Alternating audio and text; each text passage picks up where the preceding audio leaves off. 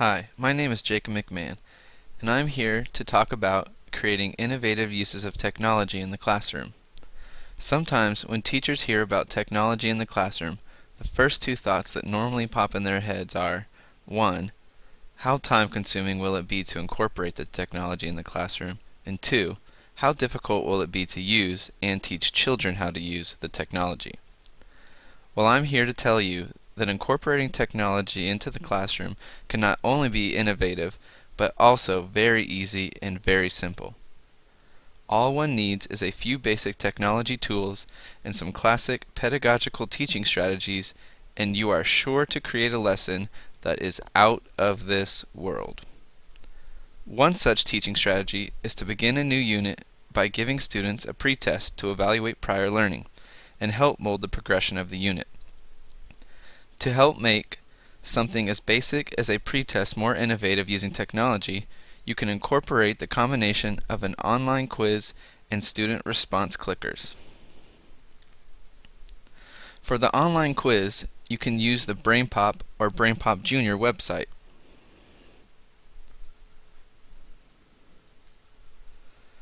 This website allows for teachers and students to watch videos, print off activities, and take quizzes on almost any topic in any subject. Most teachers will have their students watch the video and then take the quiz. However, you could also go straight to the quiz and use it as a pretest. To do this, search for your topic, and in my case, that is solid shapes or three-dimensional shapes.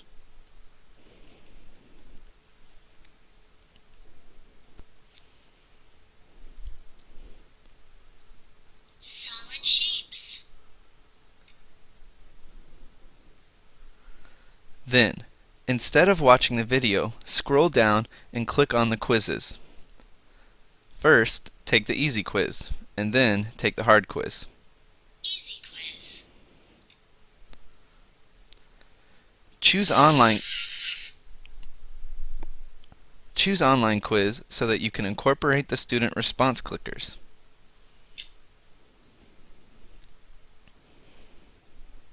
The great thing about BrainPop is it will also read aloud the questions and answer choices if needed. Which is the shape of a can of soup? BrainPop is a great website, however it does require a subscription. If you can convince your administration to get one for the school, it is well worth it and I highly recommend it.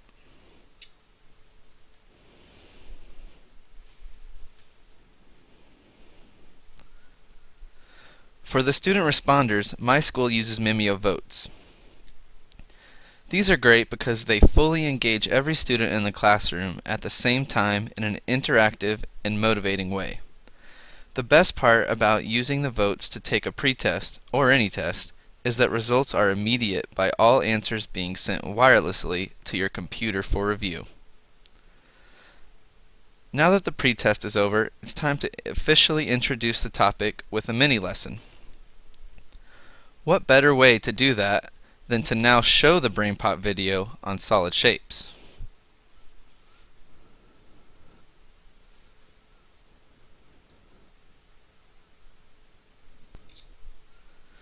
This is a little of what these videos are like.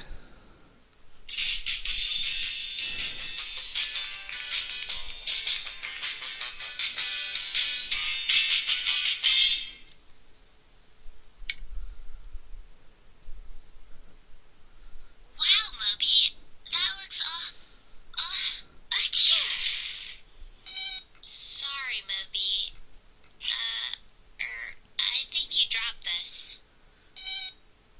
What is a cube? A cube is a solid shape. It has 6 faces or flat sides. The face. While students are entertained and fully engaged, you can go on now and look at the results of the pretest.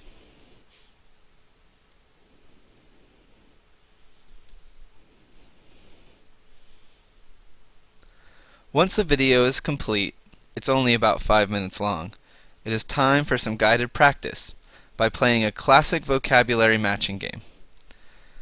To make this more innovative, you can use an interactive whiteboard and have students digitally drag 3D shapes to match their proper name.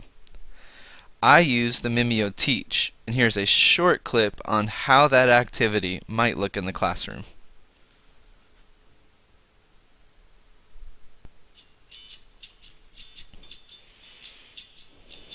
Unlike conventional interactive whiteboards, the small and portable Mimeo Teach interactive system transforms any ordinary whiteboard into a state-of-the-art teaching tool, quickly and easily. The system includes Now You Can Start Teaching with interactive lessons, websites, audio, video, and so much more. The Mimeo Teach interactive system, bringing interactive teaching to your students, simple.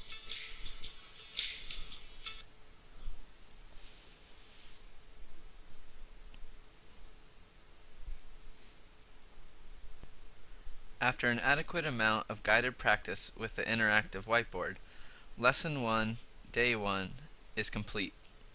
Something as simple as a pretest, mini-lesson, and guided practice has now become more innovative and engaging. Thanks to the basic technology that was incorporated, students are now motivated to learn more about solid shapes. For Lesson 2, students will take the age-old practice of storytelling and make it more innovative by creating a digital story. In order to accomplish this, you only need a few basic technology tools. First, I can check out multiple digital cameras from my school's media center for student use. Students are asked to search around the school for examples of solid shapes in real life and photograph them.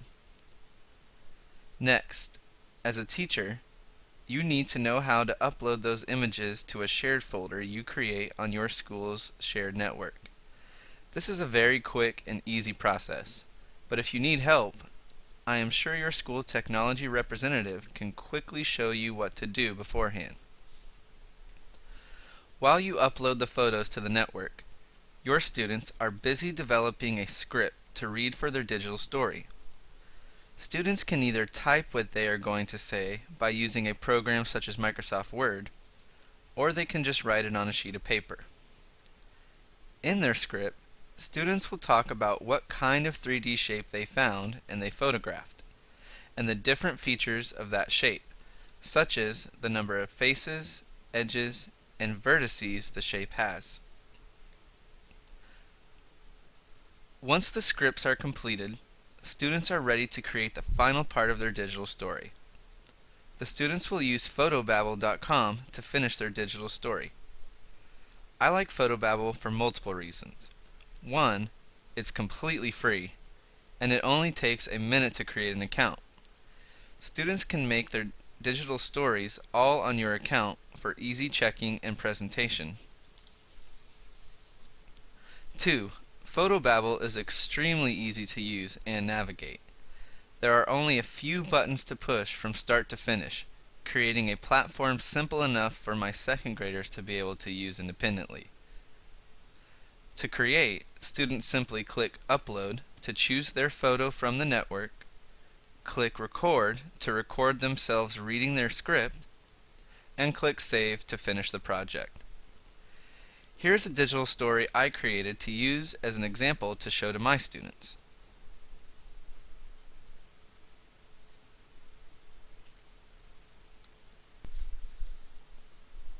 Here is a tissue box.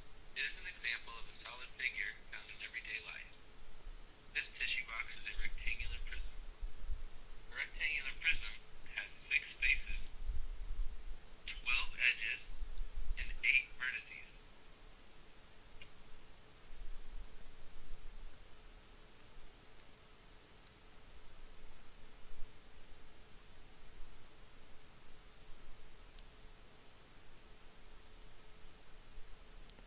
If your school has a computer lab, you may want to think about using that so that all students can create their script and create their photobabble at the same time.